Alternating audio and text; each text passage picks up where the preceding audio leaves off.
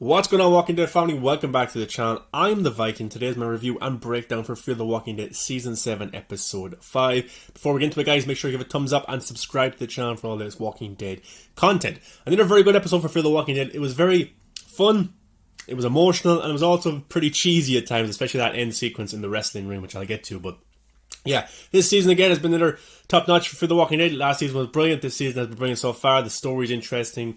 Look, Fear the Walking Dead is kind of more of a unrealistic approach to the zombie apocalypse, while the main show, The Walking Dead, is more serious and grounded. Cheesy stuff happened in the Fear the Walking Dead the whole time, but it's entertaining. It's so much fun to watch, and the cheesy one-liners and, you know, the score when a character says something interesting and the camera sits in their face, you know, when they give a look. Stuff like that is pretty cheesy at times, but it's entertaining. It really is, with Morgan, with Strand, with Dwight, with these stalkers, with the nuclear apocalypse that we find ourselves in. So it's entertaining, so I'm loving it so far. But the episode opens with these two guys who have stolen some dragon fruit or dragon, I don't know, they called it something dragon.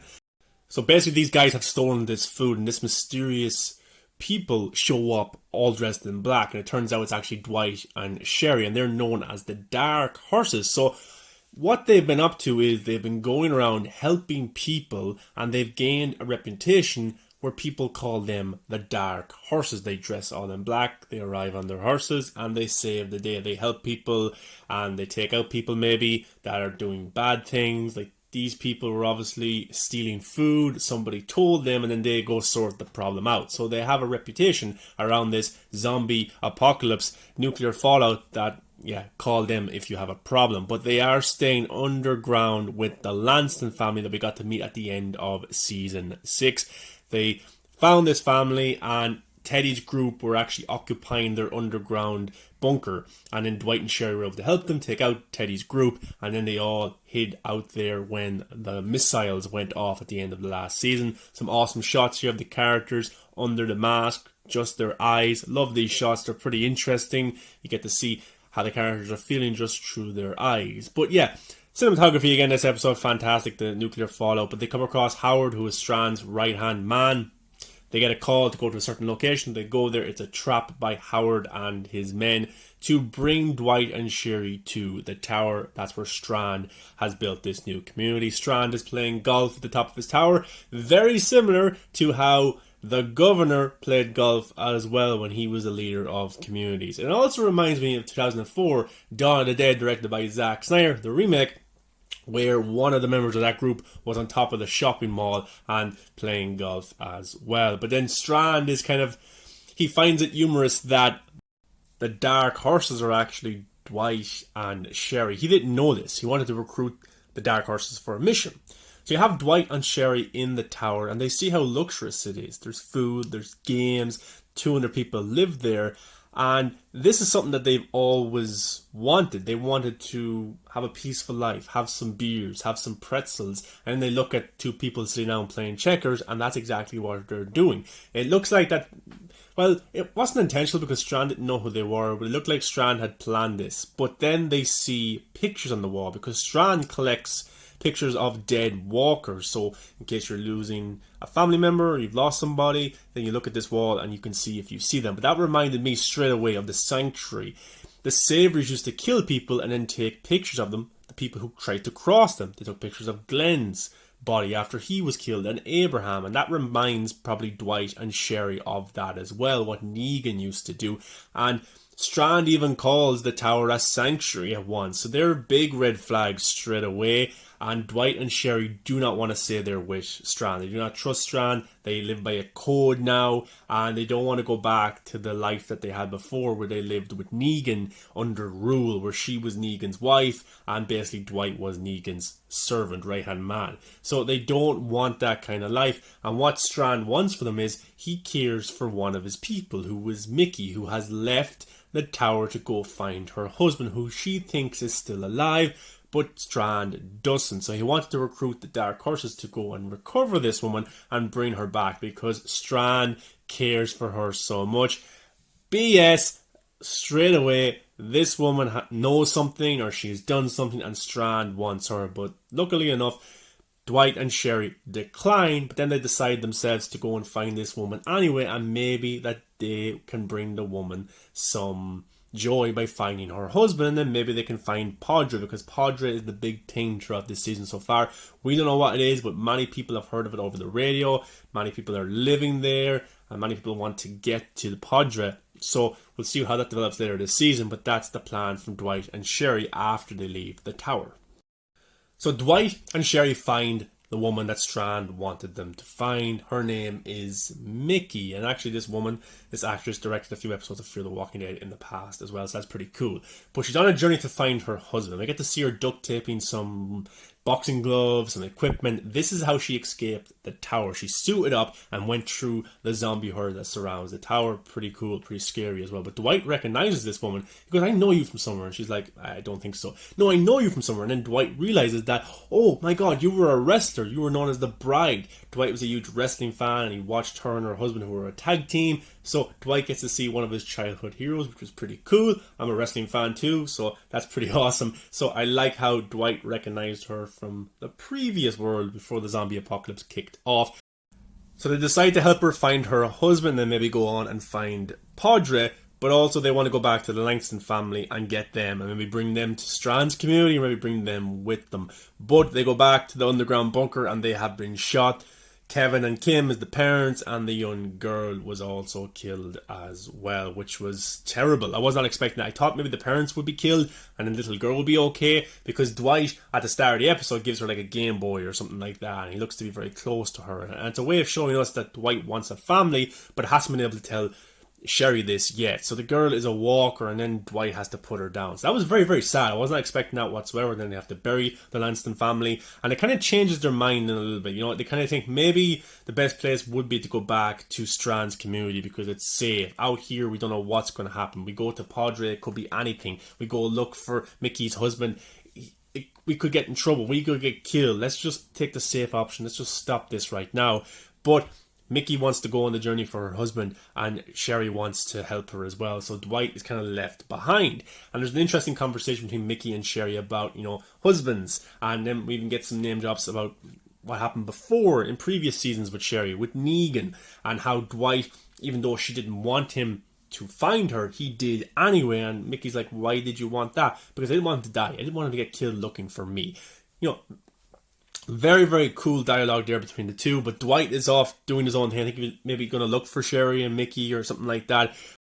But he comes across the character that they got to meet at the start of the episode, who was stealing the fruit. I think his name was Eli, and they ended up killing his friend or his brother as well while they were trying to get away, or trying to kill them as well. So obviously this guy was on a bit of a revenge scheme because he wanted to get back at Dwight and Sherry for killing his friend.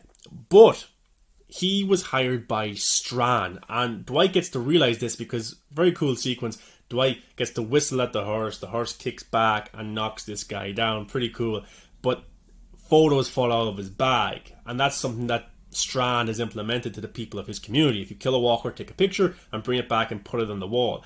And in this guy's bag is the picture of the Lanston family who have been murdered, who he murdered, and Dwight knows straight away this comes from Strand, and the guy Eli wanted to help Strand because he would have got residency in his community, and also he would have got to get back at Dwight and Sherry for killing his friend at the start of the episode. So, you know, Dwight realizes now that Strand is 100% not to be trusted, and the tower is a bad, bad place that nobody should go to. So he tries to hunt down Sherry and hunt down Mickey to let them know, no, we can never go back to Strand. This is what he tried to do. He wanted us dead. He wanted everything that we had gone.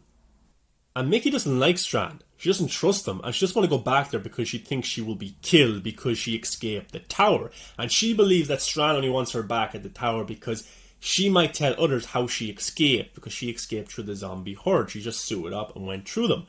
Strand's afraid in case she tells other people, and that's how they want to escape or even get into the tower. So that's why Strand wants her, and she believes that if she goes back, Strand will kill her, and she's probably right. Sherry and Mickey find the wrestling building where she thinks her husband will be, because that's where they decided to meet up if they ever got lost, but it's surrounded by zombies. So she suits up again, puts all the blood over because then the zombies don't know that you're a real person, and she goes through them in a very terrifying scene because you get to see it from her point of view. She's bumping into walkers and stuff like that. She goes to the door, it's locked. She tries to go back to Sherry, but one of the walkers has like a knife or something in his hand, and it grabs hold of her equipment, so she can't get the walker off, and then she has to push the walker and she falls down. It reminded me of Glenn back in season 5 I think it was, or season 4, and he was dressed up in the armour to try and escape the walkers and stuff after the battle with the governor. So Sherry has to use her gun now, and she takes down a few of the walkers as well. She also shoots the glass door, so now they can go in there, and they go in to find Mickey's husband, who has been bitten and now is a walker. She breaks down, she cries, she wants to hug her husband, but Sherry has to come over and, take him out and stab him in the head. So, pretty heartbreaking scene there. The two jump into the wrestling ring because the walkers are now filling the building up. And there was a lot of walkers, there really, really was. But after this, they're thinking, oh, we've no way out. We need to call Strand. Get him on the walkie-talkie. Let's call Strand. He will save us. But then Dwight shows up just before Sherry can call Strand to say, no, you can't. No, you can't call Strand because he's the one that sent the guy to kill the Lanston family and to kill us. So we can't trust Strand at all. He wants Mickey dead. And in one of the probably cheesiest or funniest moments in Walking Dead history, Mickey, being a wrestler, starts to take down the walkers by doing wrestling moves to them. Dwight uses a steel chair. She bursts a walker's head on the turnbuckle. She jumps off the turnbuckle and stabs a walker right in the head. All wrestling moves with some kind of rock song playing as well. Look, I loved it. I laughed out loud. I had a big smile on my face. I thought it was awesome. You've never seen this before in the Walking Dead universe. That's what I mean. Fear the Walking Dead doesn't take itself that seriously. It has those cheesy moments, but it's really entertaining. That's what makes it different from World Beyond, which is a very serious story, and the main show, The Walking Dead, which is a very serious story as well. But here, you have these moments where you have characters in a wrestling ring doing wrestling moves, pile drivers to walkers. Unbelievable, very funny. I liked it. Some people won't. Very cheesy, very stupid, but it's entertaining as hell. So yeah, I love that. I really, really did. It was a lot of fun. Maybe you didn't, let me know below. But yeah, then we got a sweet moment between Dwight and Sherry and Mickey. Mickey is going to join them now. She thinks her new purpose is to find Padre, maybe, or maybe just live a life with Dwight and Sherry, because that's what her husband would have wanted her to live a life. Dwight and Sherry have a nice moment as well. I think that they will want to have kids eventually, start a family, but it's very hard. They need to find a location where they can live and not be in fear, but right now they have nowhere to go. So yeah, awesome episode. I really enjoyed it. I really, really did. It looks like actually what their main purpose was to be the Dark Horses. Again, the three of them. So that's their team, the Dark Horses, to save people, That's what they actually had planned to do. They didn't have anywhere to live from. Maybe the underground bunker to clear that out. But it wasn't really somewhere to live for a long time or to even build a family with. But that's what they decided to do in the meantime, is to be the Dark Horses, to help people. But then they got a call. And very much like the start of the episode, where they get a call from Howard, it's a setup to take them in. This isn't quite a setup. This is this group of people. I don't know who they are, but they dress up pretty cool. And they're like to the Dark Horses, we need your help, and you're going to help us. We need to find Padre. So these people want to find Padre as well. I don't know why. Maybe they think it's a sanctuary, a good place to live, or maybe there's somebody at that location who is bad and they need help to take them out. We'll eventually learn that, but it's awesome, and it looks like that the Dark Horses have teamed up with this group, I don't know who they are, to go to Padre. So Padre is a pretty big thing, and I'm guessing Alicia is at Padre, and is she the leader of Padre? What exactly is going on? Because some of those people are Teddy's old group as well. So what is Padre? Is it a place? Is it a person? Is it an idea? What is it? So it's very interesting to see how exactly that's progressed later this season. But 5 episodes in, I've enjoyed them all. Cheesy at times, but very, very entertaining, as I said. And this was another solid episode from Fear the Walking Dead Season 5. It looks like in next week's episode, the CRM will return in an episode that follows Al and follows Morgan. So that's interesting if you watch Walking Dead World Beyond. The CRM story is heating up there big time, leading into the Rick Grimes movies. But guys, I'll review World Beyond Season 2 episode 7 as well, so keep an eye out for that on the channel, and subscribe for all this Walking Dead content, breakdown videos like this, reviews, news, Rick Grimes movie videos as well are coming, because there's so much information coming from World Beyond. I think it's all linking together with the main show, with the Commonwealth, with the CRM, with World Beyond, and with Fear the Walking Dead. It's a very exciting time to be a Walking Dead fan. There's spin-offs to come as well. Hopefully the Rick Grimes movies get the go-ahead soon. I really want to see those movies. But guys, thanks for watching. Thumbs up, subscribe to the channel, come follow me on all my social media at Movies That Matter. Instagram, Maher the Viking, and I'll see you in the next video. Thanks for watching, guys. See you then.